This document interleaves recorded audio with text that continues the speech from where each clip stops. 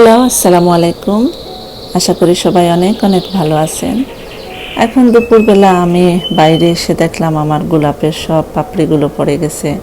তো আমি সবগুলো পাপড়ি একত্রে করে বাসার ভেতরে এসে আরিয়ার বাথ ওয়াটারে দিয়ে দিলাম।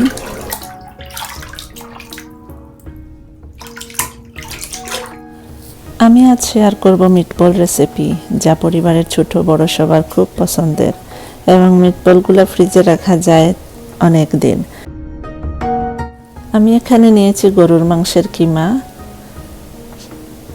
সাথে দিয়েছি 3টা ডিম, পেঁয়াজ, রসুন, আদা কুচি তেলের ভিতরে ভেজে দিয়েছি যাতে ফ্লেভারগুলো মাংসের সাথে মিশে যায়। এখন দিচ্ছি 1 কাপ পরিমাণ ব্রেড ক্রাম্ব, সিদ্ধ করে ভালো করে মেখে নেওয়া 2টা আলু, 1 চামচ লবণ,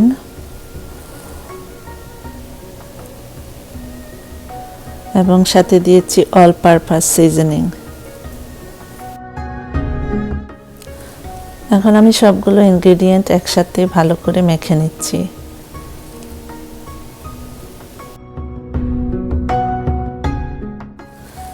এখন মেখে নেওয়া কিমা থেকে আমি কিছু তুলে রাখলাম, পরবর্তীতে আমি এটা দিয়ে অন্থন বানাবো।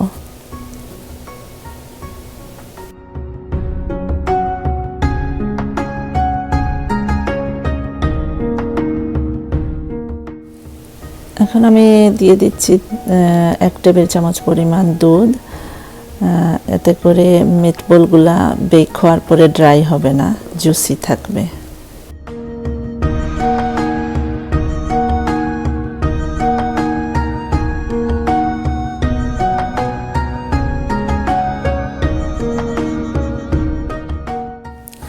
সবগুলো ইনগ্রেডিয়েন্ট আবারও ভালো করে মেখে নিয়ে পছন্দ মতো সাইজ করে বলগুলো তৈরি করে নিচ্ছি।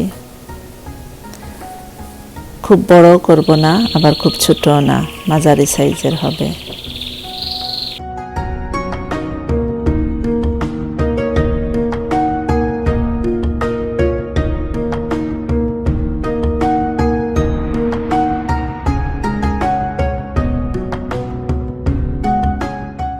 আমি 2টা কাস্ট আয়রন প্যানে অল্প তেল ব্রাশ করে নিলাম মিটবলগুলো বেক করার জন্য।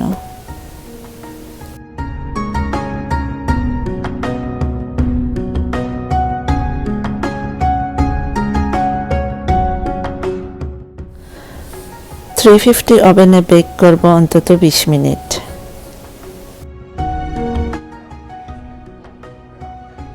হাফ বেক হবার পর ওভেন থেকে নামিয়ে বলগুলোকে উপর নিচ করে নিয়ে আবারও ওভেনে রাখবো আরও 5 মিনিট।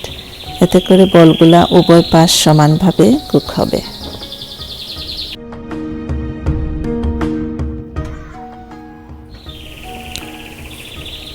মিটবলগুলো কুক হয়ে গেছে।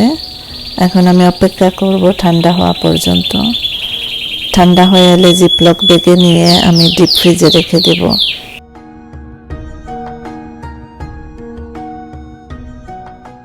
এবং এইভাবে মিটবলগুলো ফ্রিজে রাখা যায় বেশ কয়েক মাস, এবং প্রয়োজন মতো পাস্তা কিংবা স্প্যাগেটির সাথে মিশিয়ে খাওয়া যায়।